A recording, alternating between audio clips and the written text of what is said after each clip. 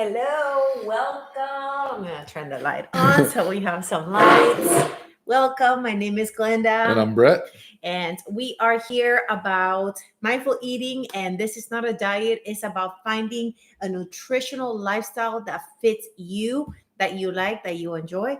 So, we are going to go right into it. We are Yeah. on our weekly update of our mindful eating journey. So the title of this video is Can You Lose Weight Calorie Counting but Not Dieting? Yeah, so real quickly, last week I went over how you can lose weight without calorie counting. But this week we are going to talk about how you lost 40 pounds, This 40 year. pounds this year. And he wants to share how he did that to equip you also in 2025 in case you want to lose weight, make peace with food, but more on that later. Yeah, I'll give you a hint. It's about building a healthy relationship with portions. We're going to talk about Yes. portions. Glenda introduced a log last week that we're giving away for free if you want it. I'm going to mention a digital tool that I use to track too. Yeah. So, but first, Brett, I want to know what led you to mindful eating because you are a food lover. Yeah, what led me to it, I think, was the scale and just not being happy with how much weight I had gained back. And what also me to it was realization that I was doing a lot of emotional eating and things like that. So, yeah, those were a couple things. Realizing, there are things like food addiction, just wanting to look better, feel better, just a lot of different things led to it. Yeah. So, I love that you say that because many people struggle with things that a wake up moment is that number on the scale, or they put on clothes. And for me personally, it's when I go clothes shopping and then I cannot find something to wear and I feel That like, happened to me too. oh man, I don't like this. Like I Every single remember thing when I tried on, anything looked good on me and I don't like the way this, I don't like the way this feels. So that's what my cue is. But without just putting it off, just tell us how you were able to to lose weight, to because I lose weight. shared how I lost weight. No calorie counting, no hours in the gym. It took me, I I do didn't those lose 40 things. pounds. Yeah. I only lost about 10 pounds this past year through my mindful eating discovery. But you did 40 pounds. So I Yeah, know people want to and know part about of that. the title, or part of my hint, was Yeah. that it's not dieting, meaning it's not food restriction. So I've done that before. I had done keto, I don't know, say like 5 years ago, and I'd lost 25 pounds doing keto, but I couldn't stick to no carbs, no sweets. And I eventually broke that diet and gained all the 25 pounds back and then some. So I don't like the diet mindset, the diet mentality of not being able to eat what I like to eat. I like donuts. I like cookies. I like ice cream. I like, and I do look for low calorie versions. And if they're tasty, I'll go with them. But basically, the biggest thing for me is portion control. I get to eat anything I crave. I just control the size of it. So that is one of the main secrets. I use a digital app called Lose It. I've been using it for years. Shout out to Lose It. I don't have a sponsorship. Sponsor us if you'd like. Seriously, it is a calorie counting app, and I used the free version for years and years and years. This year, I finally did the paid version because one of the handy things it has is a barcode scanner for anything that you're eating.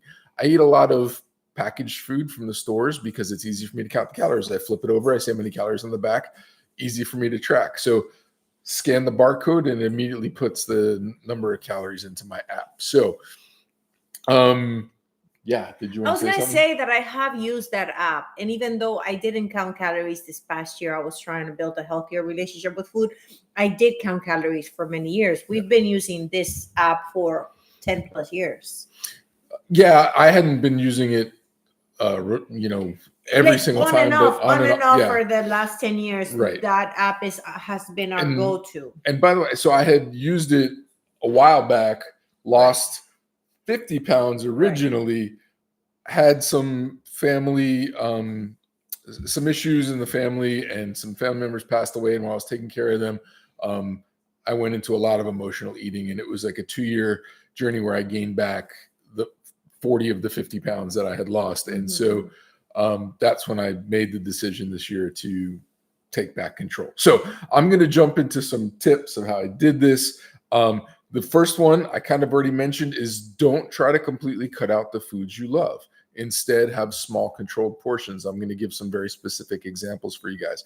So I mentioned I like all of these sweets. One of my favorite donuts is Boston cream donut, right? And if you go to, let's say, a place like Dunkin' Donuts, it's around 300 plus calories. If you go to one of the specialty donut shops that I love, it might be closer to probably 500 calories there. But our local grocery store, Publix, at the bakery have miniature ones. They're about, I can't see, this size. And you get all of the flavor, all the taste that you want in a Boston cream donut, but you get it for 170 calories. Really not bad. Another thing, I love candy bars. I love Kit Kats and Snickers and Reese's and all of these things. If you buy the full-size candy bar, you're getting 200 and something plus calories, maybe 300 something plus calories.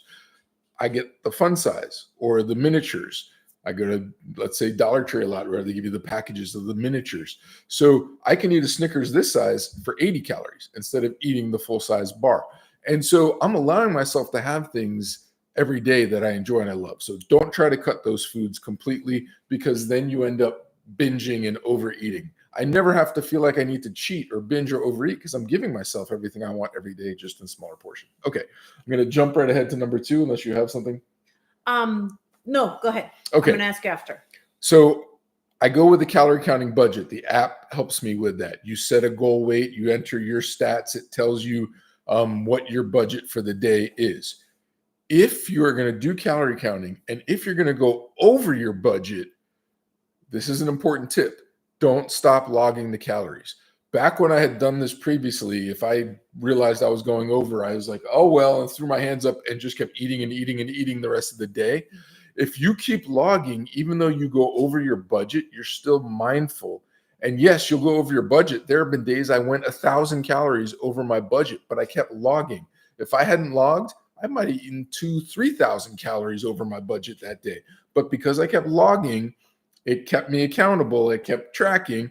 And then it also tells me, hey, the next day I could go to the gym and burn an extra 1,000 calories and be right back on track. So don't stop counting your calories. That's good. All right. The third thing, this is a really big tip. Play to your strengths. And I'm going to explain this. Most diets say eat a big breakfast, eat a smaller lunch, eat a tiny dinner. They say that that's the way to do it. I tried that. It was terrible for me.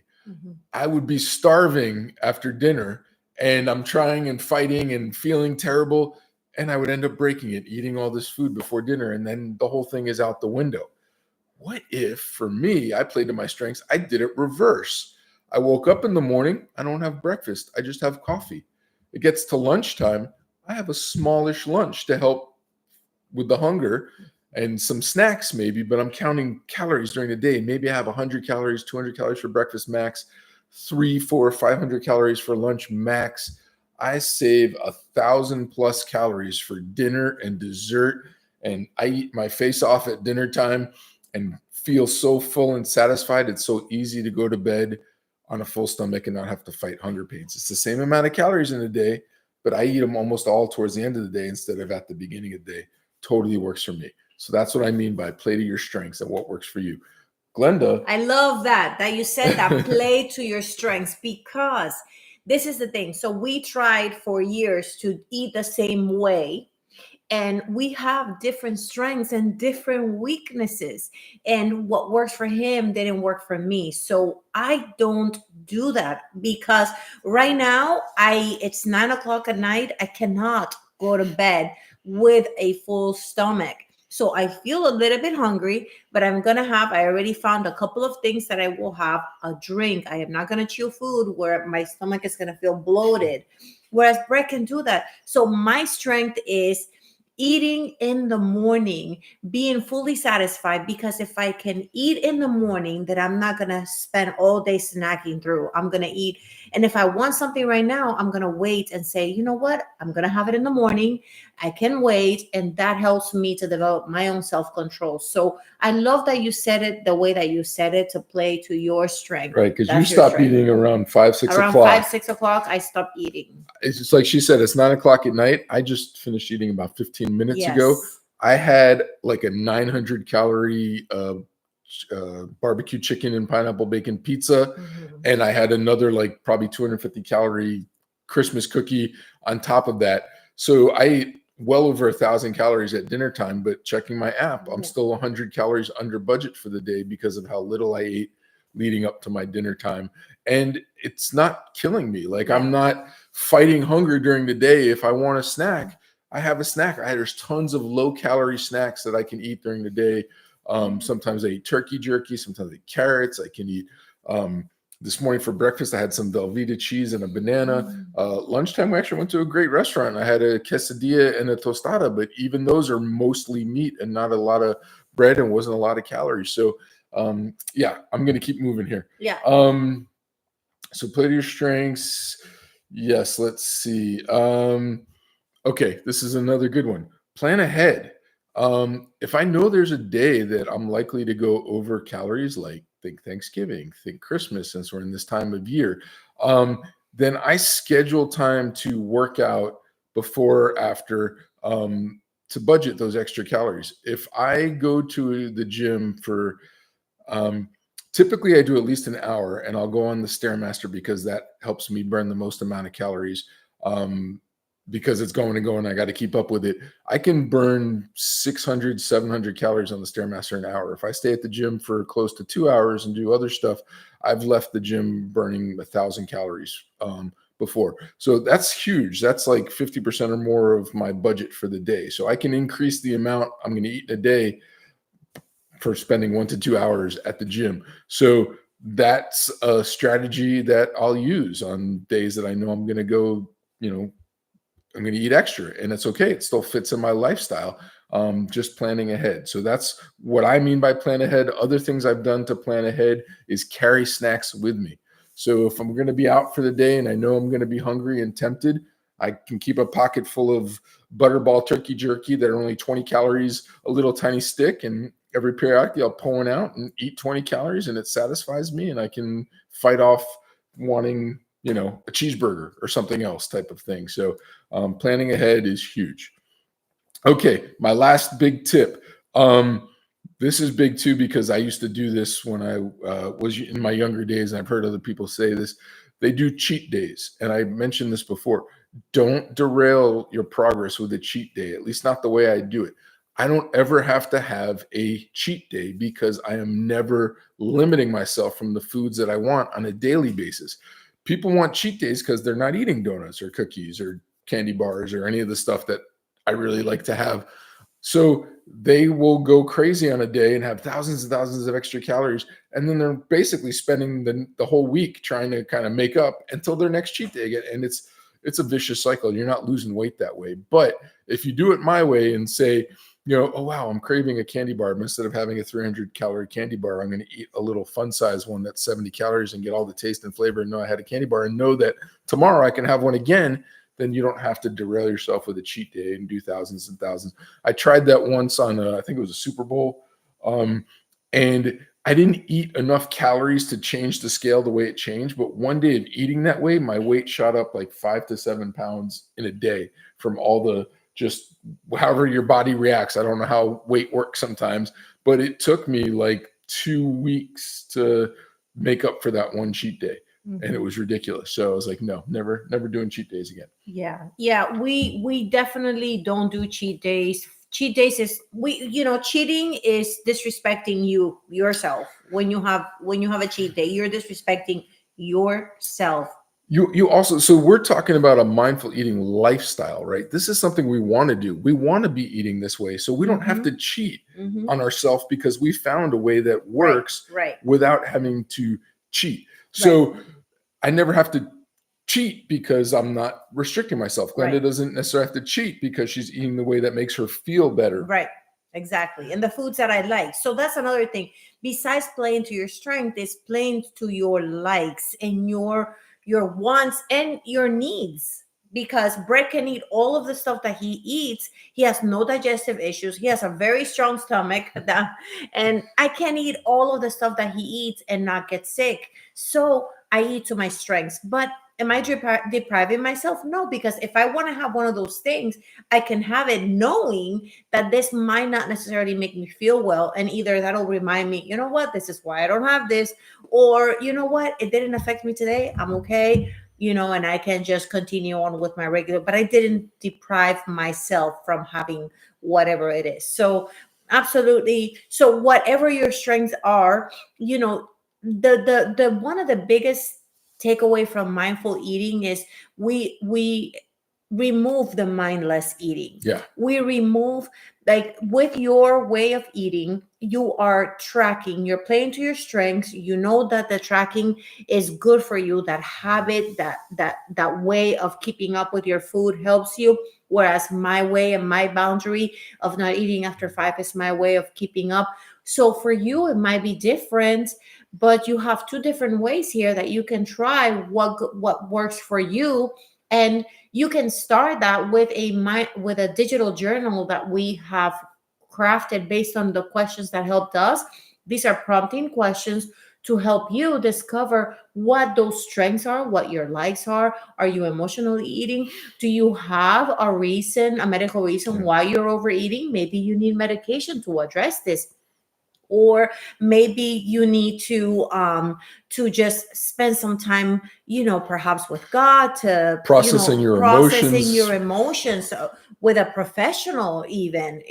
I did a lot of Mhm. mindless eating, a lot of boredom eating. I would sit down in front of the couch just because I'm sitting down in front of the couch. I'd need to have snacks and just be chewing and feeding my face the whole time. And Mhm. ate thousands of calories a day just mindlessly before. And now if I'm going to sit down on the couch and I'm tempted to do that, I stop and think and say, I can be doing something productive right now. And I Yeah. did earlier, and I was able to go 2-3 hours without even thinking about food. Right. So My sister bought this journal, and she actually said we have you can get it for free digitally on bgkrupnik.com. And but we also released a physical version, very cheap. We're not really making money off of it. It's like $6 in Amazon for the printed copy. But she says she bought it, she keeps it close to her desk, she works from home, and anytime she's gonna go eat, she looks at the title of it, mindful eating, and she's like asking stops herself her. and stops herself, like, why am I eating? And so, if anything, at least you can print that out. But we also have a uh, release, because one of the ways that even though I didn't count calories, I was keeping track with my weight, and I wanted to see between journaling and knowing how I was feeling, how what I was eating was making me feel, and my weight. I would kind of gauge what my food the next day should be, or how I want to eat, or what I want to eliminate from my nutrition. And so uh the that weight log was a success for me. Brett was doing it digitally. I actually have a paper in my closet, and every Monday in the morning I weigh myself. Yeah, with my And Lose It app, I actually do weight daily. Every single day, I yeah, weigh it. And I weigh sometimes it myself bounces, daily, but but it just but helps me with the accountability. I weigh myself daily, but I actually log it. And so I have the log, and I've seen, week by week, the progress that I have made. And it's really nice to see. So if you want a paper copy, we have a paper copy, or you can download Lose It for free. We love that app. Again, it's not sponsored. You can just download it in your iOS or your, Yeah, Android if you want phone. to access the Mhm. journal or the log, you can go to our website Yeah. www.bgkrupnik.com. You can also join our private Facebook group if you want any Yeah, kind of extra absolutely. support. We Yes. are really excited and interested to help people overcome food addiction, overcome mindless Absolutely. eating. Yeah. And not have to rely on medication. Those are not sustainable. Brett was not necessarily a diet guy. He just didn't care. But I used to take diet pills. I tried a bunch of diets and took the shot and, just all those things. And they're just not sustainable. I don't want to do that for the rest of my life. I can't anyway. So I don't have any health concerns or any health issues for which I need to take something like that. So I decided this past year, well, it was the year before, but this past year is when we released it onto our platforms, that I wasn't going to let life happen to me. I was going to make it happen. And that's what we want for you. Don't let 2025 happen to you. Approach 2025 with mindfulness and intention for your physical, mental, emotional health, and your nutrition. If you need help starting, Yeah. reach out to us. If you need even a little Yes. more Yeah. hand holding one-on-one, Yeah. we're actually available to be Yeah. booked for some mentoring sessions. That's right. But That's right. yeah, we really want to see you succeed. The Facebook group's free. The digital resources are free. We're just excited for 2025. We're excited for real changes, not New Year's resolutions. We're looking That's right. at this is not a diet mentality. This is a lifestyle That's change. right. I do calorie counting. She does high protein, low Low carb, carb. high fat Right. kind of food. We don't know what's going to work best for you, but we're willing to help you figure that out. Exactly. And the last thing that I want to let you guys know is that we have a second platform. It's Influence for Purpose. And right there, we're hosting weekly prayers. And that is for to live with faith-filled intention in God, His word, and His ways. And that is because we've struggled with mental health. I have personally struggled with that.